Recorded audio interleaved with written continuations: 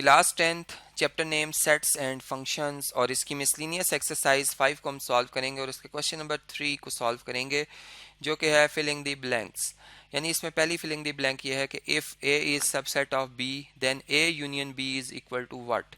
यानी अगर ए के सारे एलिमेंट्स बी के अंदर होंगे तो हमने ये बताना है कि ए यूनियन बी का क्या रिजल्ट आएगा। तो देखें, इसको हम इस तरह समझ सकते हैं कि अगर मैं एक वेन डायग्राम बनाऊँ यहाँ पे आपको समझाने के लिए, तो हम ये देख रहे हैं कि ए और बी इस यूनिवर्सल सेट के सबसेट्स हैं।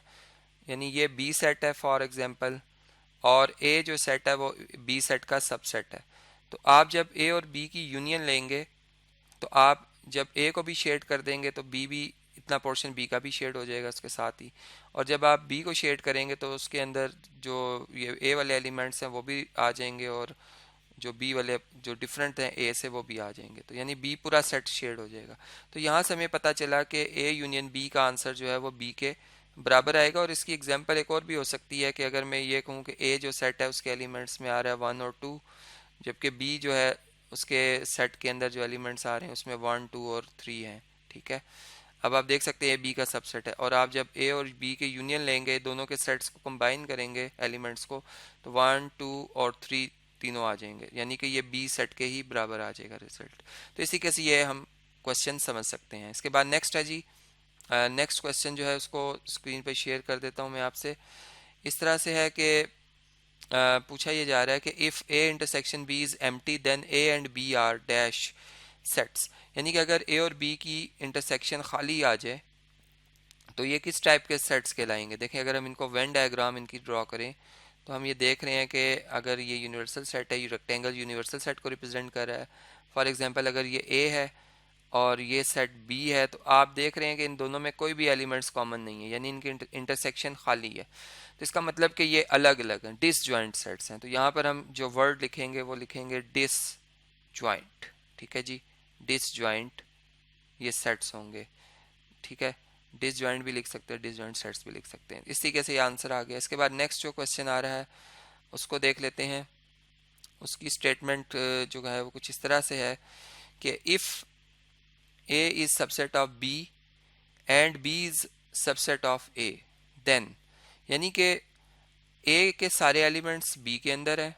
मतलब फ़र्ज करो मैं एक सेट बनाता हूँ 1 2 एंड 3, और एक सेट बनाता हूँ बी जिसके अंदर मैं लिखता हूँ 1 2 एंड 3।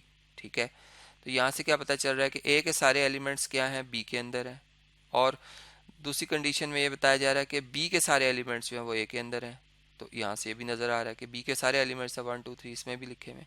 इसका मतलब ये हुआ जब दोनों सेट्स एक दूसरे के इम्प्रॉपर सबसेट्स हैं तो ए और बी दोनों आपस में इक्वल सेट्स होंगे। ठीक है, तो यहाँ पर हम जो इसका रिजल्ट लिखेंगे वो ये लिखेंगे कि A is equal to B.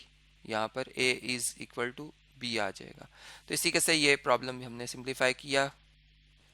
Next है फिलिंग दी ब्लैंक जी। इसमें A intersection B union C लिखा हुआ है, किसके बराबर होगा। तो ये देखें जी, आप जब इंटरसेक्शन ले रहे होते हैं यूनियन के ऊपर, यानी distributive property of intersection over union आप अप्लाई करते हैं, तो आप ए इंटरसेक्शन बी भी लेंगे, आप ए इंटरसेक्शन सी भी लेंगे और फिर इनकी यूनियन कर देंगे। यानी आप लिखेंगे ए इंटरसेक्शन बी, फिर आप लिखेंगे ए इंटरसेक्शन सी, और चूंकि ओवर यूनियन जो है ये आप ऑपरेट कर रहे हैं तो यहाँ पर यूनियन आएगा बीच में। ठीक है, यानी इसका जो आंसर है इसको आप सेट्स की मदद से वेरीफाई भी कर सकते हैं। मतलब आप कोई भी सेट्स ले लें, अपनी तरफ से नंबर्स रख लें, उनमें आप ये देखेंगे कि ये रिजल्ट जो है वो होल्ड करता है। तो इसका आंसर मैं यहाँ पर लिख देता हूँ कि इसका आंसर आएगा ए इंटरसेक्शन बी, और यूनियन इसकी ले रहे हैं हम ए इंटरसेक्शन सी के साथ। तो ये इसी के से क्वेश्चन कंप्लीट हो गया।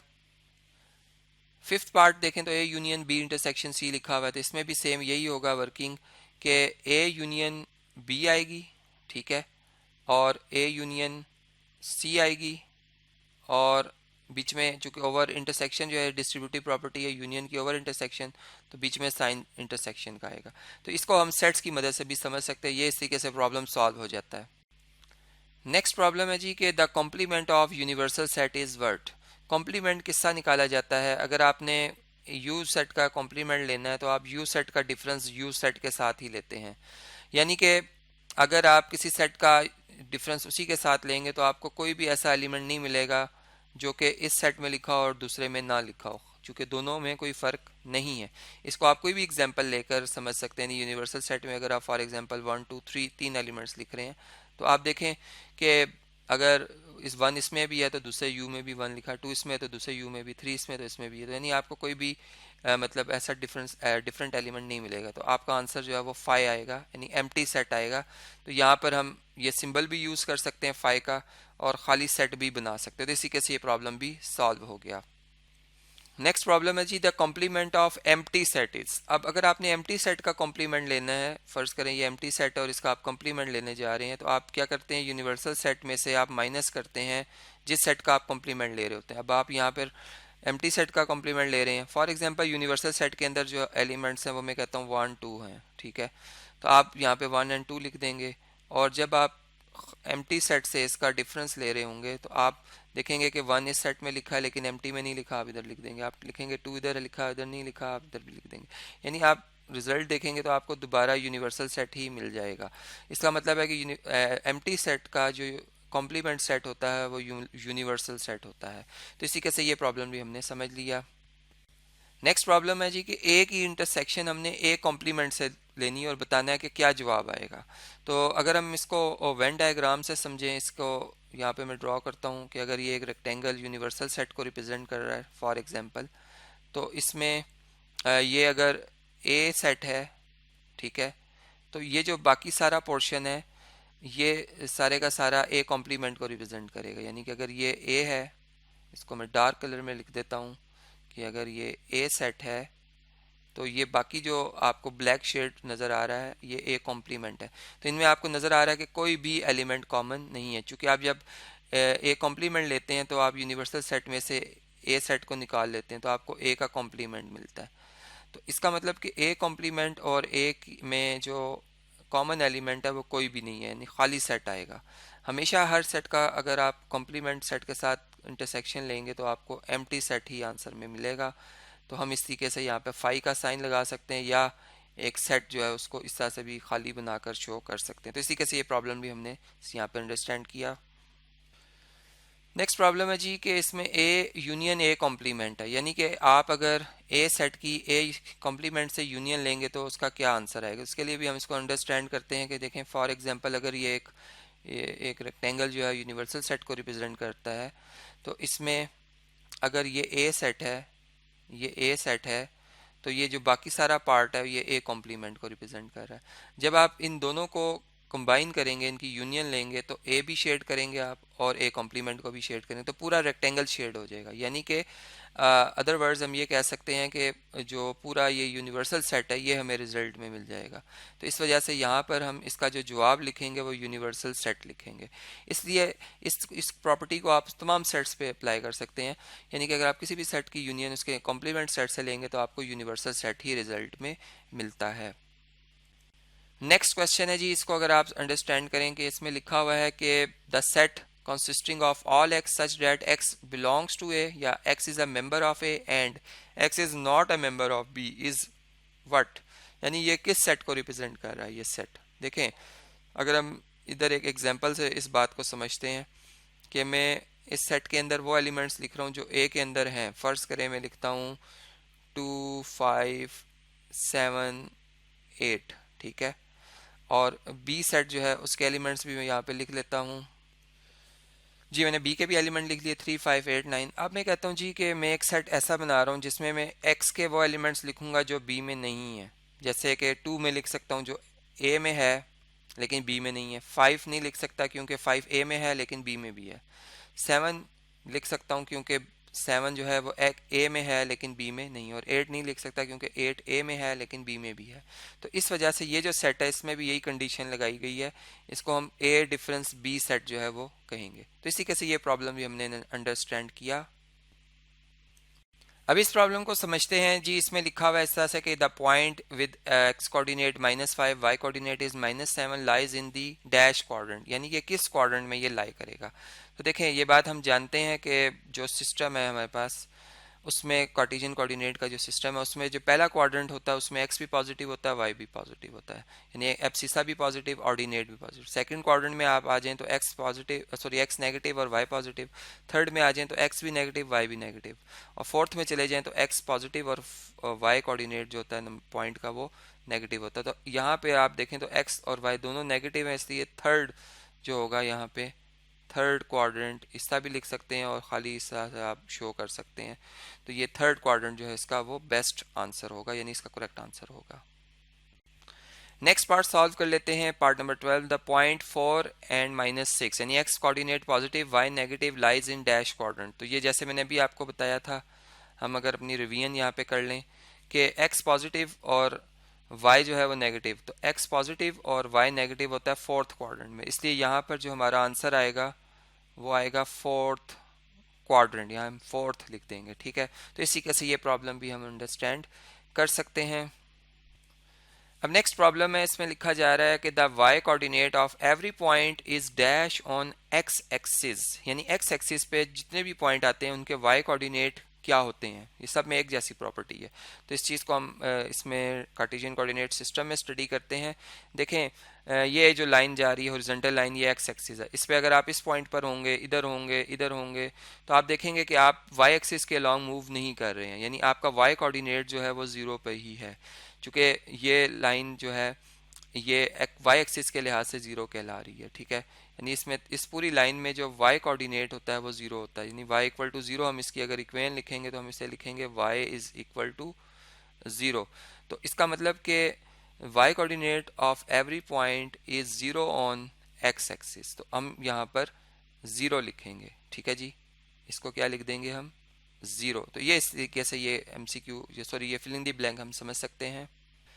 अब नेक्स्ट क्वेश्चन है जी, the X coordinate of every point is dash on Y axis. अब वाई एक्सिस की बात की जा रही है कि हर वो पॉइंट जो वाई एक्सिस पे आएगा उसका एक्स कोऑर्डिनेट क्या होगा। तो इसको भी अंडरस्टैंड करते हैं हम इसी तरह से ये रेक्टेंगुलर कोऑर्डिनेट सिस्टम की मदद से। अब आप ये देखें कि ये जो लाइन है वाई एक्सिस है, ठीक है, इसमें अगर आप इस पॉइंट पर हों, इस पॉइंट पर हों, इस पॉइंट पर हों, मतलब इस लाइन पे अगर आप चलते हुए आ रहे हैं तो आप देखेंगे कि आप एक्स एक्सिस के लॉन्ग कोई डिस्टेंस कवर नहीं कर रहे, ना आप लेफ्ट पे जा रहे हैं, ना आप राइट पे जा रहे हैं। यानी आपका वाई कोऑर्डिनेट तो चेंज हो रहा है लेकिन एक्स कोऑर्डिनेट स्टिल ज़ीरो पर ही है। इसका मतलब हम यहाँ पर लिखेंगे कि जो एक्स कोऑर्डिनेट होता है वाई एक्सिस के ऊपर वो ज़ीरो होता है। और अगर आप वाई एक्सिस की इक्वेशन लिखना चाहें तो आप इसको एक्स इक्वल टू ज़ीरो भी लिख सकते हैं। तो इस तरीके से ये भी हमने प्रॉब्लम अंडरस्टैंड की। नेक्स्ट क्वेश्चन है कि the domain of this binary relation, ये एक बाइनरी रिलेशन है जिसकी डोमेन हमें बतानी है, जिसमें ऑर्डर पेयर में पहला ऑर्डर पेयर ए बी है, सेकंड ऑर्डर पेयर में बी सी आ रहा है और थर्ड ऑर्डर पेयर में सी डी आ रहा है। तो डोमेन क्या होगी? तो देखिए डोमेन के लिए अगर आप इस बाइनरी रिलेशन की डोमेन फाइंड करना चाहते हैं, फॉर एग्जांपल इसको मैं आर कह रहा हूँ, इस बाइनरी रिलेशन को कि ये आर है, ठीक है। तो इसकी डोमेन के एलिमेंट्स में जो ऑर्डर पेयर में पहले एलिमेंट्स होते हैं वो डोमेन के एलिमेंट्स होते हैं, यानी ए आएगा। फिर ऑर्डर पेयर में जो सेकंड ऑर्डर पेयर में जो पहला एलिमेंट है बी है वो आएगा। फिर इसी तरीके से अगर आप थर्ड जो है ऑर्डर पेयर देखें उसमें जो पहला एलिमेंट है वो सी लिखा हुआ है, सी आएगा।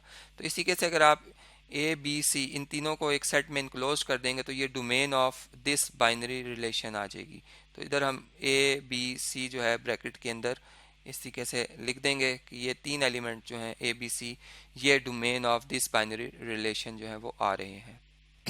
नेक्स्ट क्वेश्चन को देख लेते हैं कि the range of this binary relation. अब इस बाइनरी रिलेशन को अगर हम फॉर एग्जांपल आर कह रहे हैं या कुछ कोई और भी नाम दे दें अगर आप, तो इसकी जो रेंज है वो कैसे निकाली जाती है? रेंज में हमेशा वो एलिमेंट्स आते हैं जो ऑर्डर पेयर में सेकंड नंबर पे आ रहे होते हैं। जैसे हम इस बाइनरी रिलेशन में देख रहे हैं कि पहले ऑर्डर पेयर का जो सेकंड एलिमेंट है वो ए है, तो हम ए लिखेंगे। फिर हम देख रहे हैं कि सेकंड जो ऑर्डर पेयर है उसका जो सेकंड एलिमेंट है बी है, हम बी लिखेंगे। और थर्ड ऑर्डर पेयर में जो थर्ड नंबर पे एलिमेंट लिखा हुआ है वो क्या है, वो सी है, तो हम यहाँ पे सी लिखेंगे। चलें इसको मैं डिफरेंट कलर में शो करता हूँ, सी लिखेंगे। तो इस तरीके से ए बी सी जो है ये इस बाइनरी रिलेशन की क्या है, रेंज है। तो इसको हम यहाँ पे फाइनल आंसर के तौर पर लिख देंगे कि ए बी एंड सी ये थ्री एलिमेंट्स जो हैं वो किसको रिप्रेजेंट कर रहे हैं, ये एक सेट में लिखे जाएंगे जो range of this binary relation को रिप्रेजेंट कर रहे हैं। नेक्स्ट क्वेश्चन है जी कि Venn diagram was first used by dash.